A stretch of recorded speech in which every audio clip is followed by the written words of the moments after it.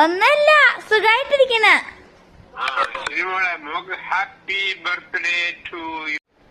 Hello അമ്മക്കുട്ടി, happy birthday മോളെ. Hello guys, welcome to my YouTube channel. ഇന്നെന്റെ birthday ആണ് ഗീസ്. ഇന്നൊരു ബർത്ത്ഡേ വ്ളോഗാണ്.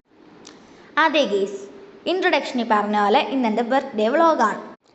ഓണം വെക്കേഷൻ്റെ ഇടയ്ക്ക് ബർത്ത്ഡേ വരുന്നതുകൊണ്ട് തന്നെ സ്കൂളിൽ പോയി മുട്ടായി കൊടുക്കുന്ന പരിപാടിയൊന്നും ഞാൻ ചെയ്തിട്ടില്ല ഗീസ്. ഏപ്രിൽ മെയിൽ ജനിച്ചവർക്ക് അത് ഉറപ്പായിട്ടും റിലേറ്റ് ചെയ്യാൻ പറ്റും.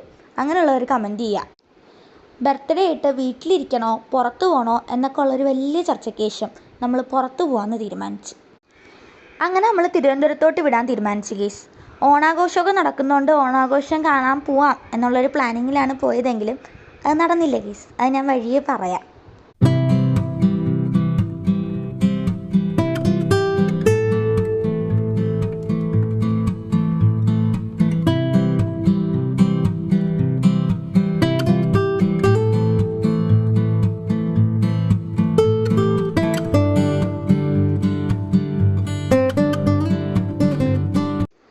ഉച്ചയ്ക്കത്തെ ഫുഡ് പർദീസേന്നാക്കി ഗീസ്. നല്ല ടേസ്റ്റി ഫുഡായിരുന്നു.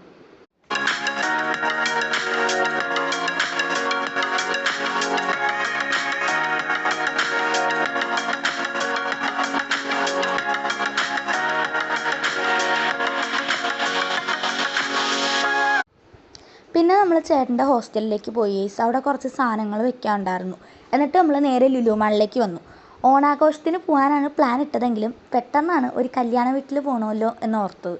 അതുകൊണ്ട് തന്നെ ആ പ്ലാൻ ക്യാൻസൽ ചെയ്ത് പിന്നെ ലുലു മാളിലൊന്ന് ചില്ലടിക്കാമെന്ന് വിചാരിച്ചു. ഓണത്തിൻ്റെ ടൈം ആയതുകൊണ്ട് തന്നെ ലുലു മാളൊക്കെ നല്ല അലങ്കരിച്ചിട്ടേക്കായിരുന്നു. ഫ്രണ്ട്സിൻ്റെ അവാൻഡ്രയിൽ കയറി കല്യാണ വീട്ടിൽ കൊടുക്കാനുള്ള ഒരു ഗിഫ്റ്റും വാങ്ങി. എന്നിട്ട് നമ്മൾ ലെൻസ് കാർട്ടിൽ കയറി. അച്ഛൻ്റെ കണ്ണാടി ക്ലീൻ ചെയ്യാനാണ് കയറിയെങ്കിലും എൻ്റെ ലക്ഷ്യം വേറെ ആയിരുന്നു ഗീസ്. ഞാൻ അവിടുത്തെ കണ്ണാടിയെല്ലാം മാറി മാറി വെച്ചു.